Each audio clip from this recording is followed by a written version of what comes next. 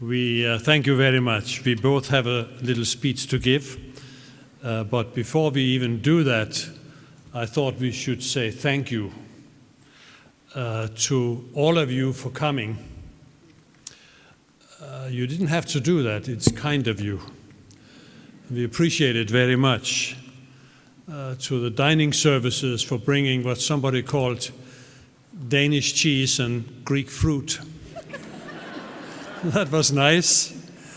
And for the organizers, Rebecca and her team, and those who put the show and tell together both outside and in here, Paul, Kim, thank you very much. You spent a lot of time. We appreciate that. It's very kind of you. And since we have the students with us still, and their director, I would like to thank you in front of everyone for playing Antonio Vivaldi for us. It's true, when we were students in university at Vanderbilt, and my wife was at Peabody College and Belmont University across the street, we received a $100 Christmas gift from my parents, and we bought a record player to play the old vinyl things, right? And we bought Vivaldi, the Four Seasons, of course, and also his church music for orchestra and also voices. Te Deum, Gloria, Magnificat, beautiful music, and we played them until the old vinyl records almost were worn through. So we are very fond of Vivaldi, and I know you know much more about that than I do, but you know he lived in Venice. Did you know? And if you go to Venice and you're tired of the gondolas and all the tourist traps, right next to the San Marcos Square where the pigeons are in the movies, there is a museum in honor of Antonio Vivaldi, and in that museum are some manuscripts of this music and also some instruments from the Baroque period. He was a Baroque composer. That would be 1730 or something like that, 300 years ago. Perhaps the finest Baroque composer in Italy, maybe even in Europe. And you can see all that in his museum in Venice. Did you know that? No. Your director should have told you that. In addition to that, you may not remember that he was not only a wonderful composer, but he was in fact a teacher. Did you know that? He was a teacher, and all his students were girls. You knew that too, right? They were actually very poor girls. They were orphans, and the nuns brought them into an orphanage, the nuns, and the orphanage was called Ospitale della Pietà. Sorry about my Italian. That means an orphanage of mercy. And the nun said something interesting, which the music teachers would like to hear. The nun said, since these poor girls have no home and no upbringing from their parents, we ought to teach them something useful. And so they hired Vivaldi to teach them to play instruments. Now, if nuns would do that today at Andrews, we would have a very big music department. So that's one thing you should know about Vivaldi. Another thing is that because of his service as a composer and also as a teacher of these girls, the church ordained him. Did you know that? They ordained him as a minister. Well, they called it a priest in those days. He was a parish priest, and he was ordained. And I have thought that church, the Catholic Church, did not want to ordain women, but they did ordain musicians. And we Protestants like to ordain women, but we don't ordain musicians. And some people think that's why that other church has the best church music and we have the best church ministry. I'm not sure if that's true. It may be a bad joke, just forget I said it. But that is true. He actually was ordained to be a priest. And so, because he was conducting and also a priest and quite strict with the students, this is true actually. I mean, I'm not making it up. The students gave him a nickname. You know what it was? Yeah. Where is Brother Gonzalez?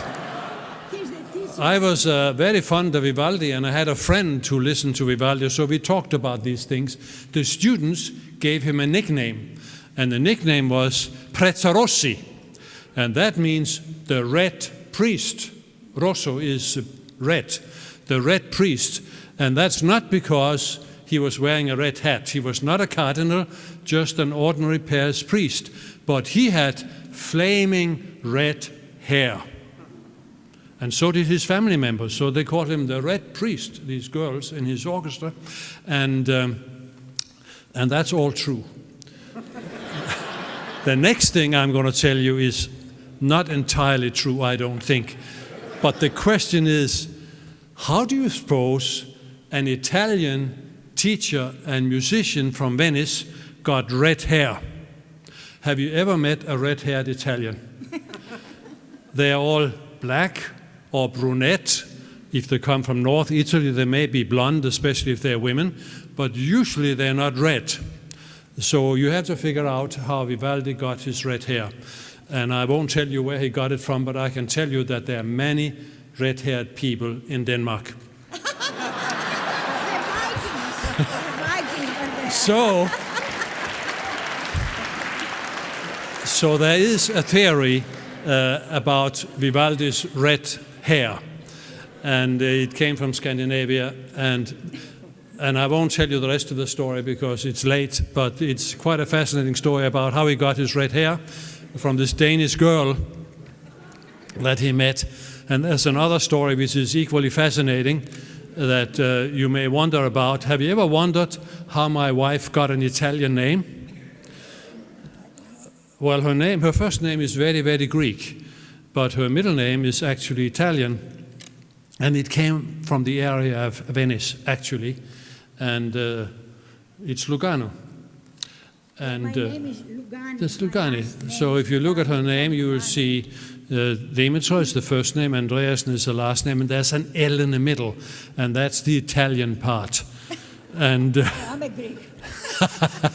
so that's another theory about Venice and people who traveled from Denmark to Venice with the red hair, and from Venice to Greece with a name, Lugano. And it is true, we went one time to North Italy, Lake Lugano and Lake Como and Verona, where,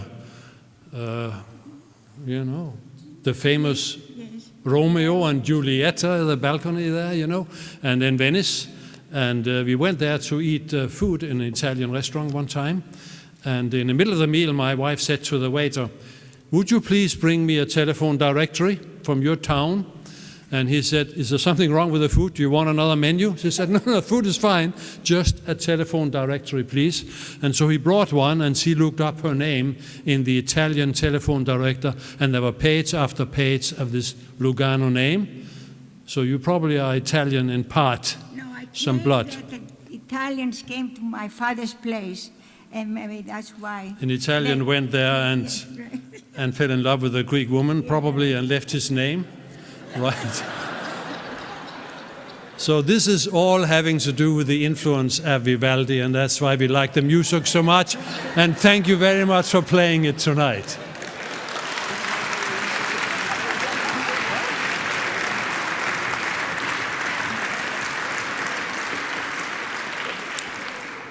So we would like to say thank you, and my wife will begin. She has her speech written out very carefully, and I have a little one to follow. Please. Well, you can tell that over the years, it has taken a lot of strength and self-assurance for me to be married to a scholar and a person who has such a great mind. I mean, I remember hardly any of what he said, and you both share the same experience in Venice.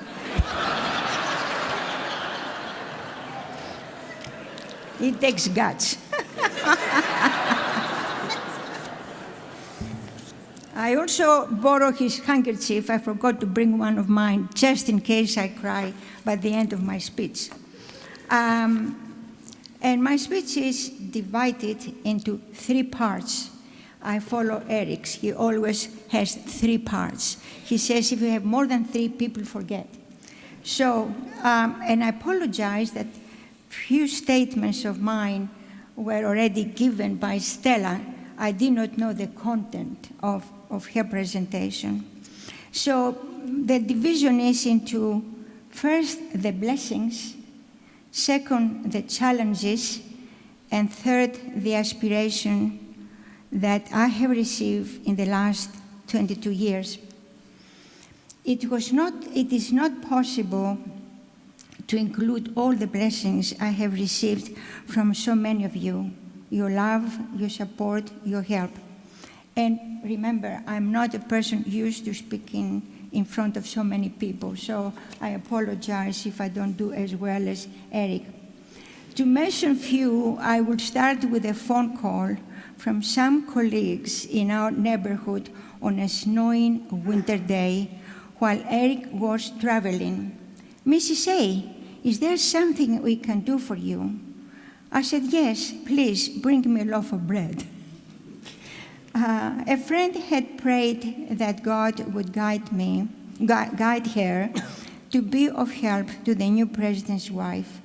She has been much more than just a help with transportation, watering the plants inside and out the house while we were gone, asking her spouse to drive me to South Bend Airport, taking me to an appointment all the way to Elkhart, just as some other friends have done. Others invited me to share their Thanksgiving dinner when Eric was gone. Some others understood the loneliness I would experience when alone and asked me to go with them to places, or invited both of us to go sailing with them or go on a boat ride at the St. Joseph River. I remember in 2006 when I fell and ended up at the hospital with a broken pelvis. The nurses of the floor were wondering, who is this woman who has so many plants and flowers in her room? At that time, I really understood what a blessing it is to belong to a community of faith. People will come to our home with homemade bread or homemade soup. Others came to give me massage while immobilized. I remember Betty Garber taking me in her big car to places to buy items for our house. Friends who selected a computer and a digital camera and taught me how to use them, and all the times I would call them and ask them for further help. Friends who will use their own computer skills to find people, phone numbers, or places on the internet on my behalf, who made a Christmas list and address labels for the people we wanted to send cards on a personal level. The friends of the administration building for their help with traveling schedules, appointments, computer work, and so on. The women friends who volunteered to help me renovate the now conference room of the Sutherland House, how we scraped the old wallpaper to prepare the walls for the plant services employees to put on a new one. The faculty, staff, and students who willingly participated on the Day of Caring by United Way, how we all went out to various neighborhoods, painting walls, doing landscaping, even helping build the houses for the Habitat for Humanity in Bento Harbor. Also, seminary professors giving lectures to St. Joseph organizations on my request. Friends who used their artistic creativity to take me to new places and activities, who reached to me with respect and appreciation. And now the challenges. To be truthful to myself, I believe in genuineness, and some people say, well, Dimitra very often lectures on how important it is to be genuine. So I must tell you that it was not all roses. There were some difficult times. I must also say that I'm not a person who believes in political correctness. This is not for me. I believe in genuineness. And here it is. My biggest fear was when Eric would travel to far away places. He would return to Chicago on a winter snowy night with no plane flying to South Bend, and having to drive in the middle of the night in a snowstorm. Would he come home safely, I wonder? And if not, what was I to do? That happened many times. The fact that the position creates certain perceptions that are not really true was another challenge. The wall that the position creates between us and others, and try to explain. Do not look at the position, look at the soul and the humanness of these two individuals. They have no extended family on this continent. Their son and his family are away 5 hours by plane and 2 hours by car. Forget the position, consider that they are two vulnerable people. Several times I felt that God picked me up to be Eric's wife because he knew I could rely upon my own resources and deal with the demands of such a job as his. I learned that his work in Christian education was his calling and his passion, and I accepted it and I gave all my support. My childhood experience of losing my father at the age of 7 because of war injuries and having to grow up with no pampering opened the door to self-survival and independence. But to be fair to God, he opened many doors and sent many of his people to nurture and prepare that child for later times. And now, aspiration and growing.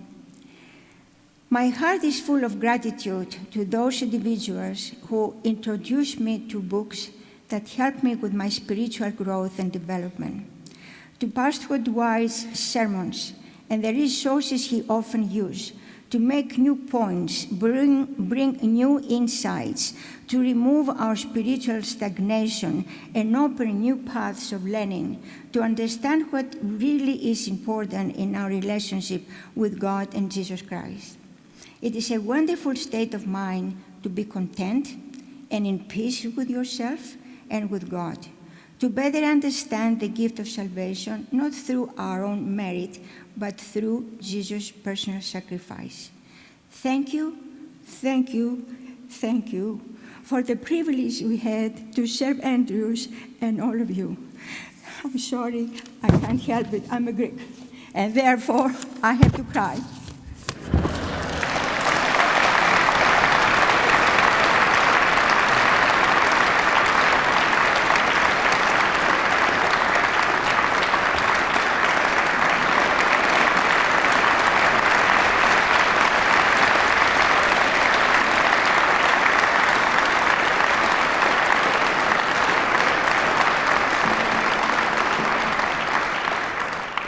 So we have two speechmakers in the family.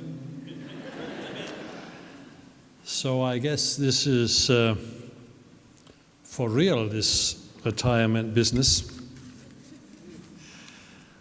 My stay at Andrews has been an adventure for me, in the sense of Christian education of high quality. There are many ways of characterizing that. Personally, I like to speak of it as a job of introducing students to a life of the mind in a community of faith. To live thoughtfully and faithfully, to be informed and responsible, to hear the ethical demand clearly and act upon it, to celebrate beauty and protect it. That's what it is about. It doesn't come naturally to human beings. We are not born with that as children. It's something we must learn, and therefore something we must teach. So I want to thank all of you for joining us in this adventure for nearly a quarter century.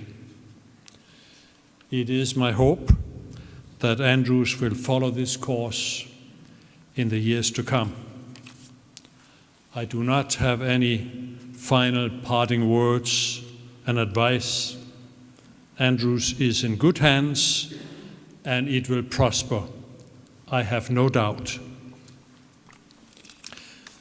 The mission of Andrews is perhaps the driving point in all of that. When I came, we had a very, very long mission statement that very few people read, so I thought I'd made it short. I did that late one night, flying between Johannesburg and Frankfurt. I'd been in South Africa graduating some Andrews students, and somehow at 30,000 feet one thinks more clearly, I think, than down below. So I rewrote the mission statement and took it back to campus and had committees look at it, and we came up with a short one, which has since been embellished, but not changed too much. So I will conclude by sharing with you my take on the mission of Andrews University, written at 30,000 feet, flying between Johannesburg and Frankfurt. That's what I will remember when I leave Andrews, and that's what I recommend. It goes like this.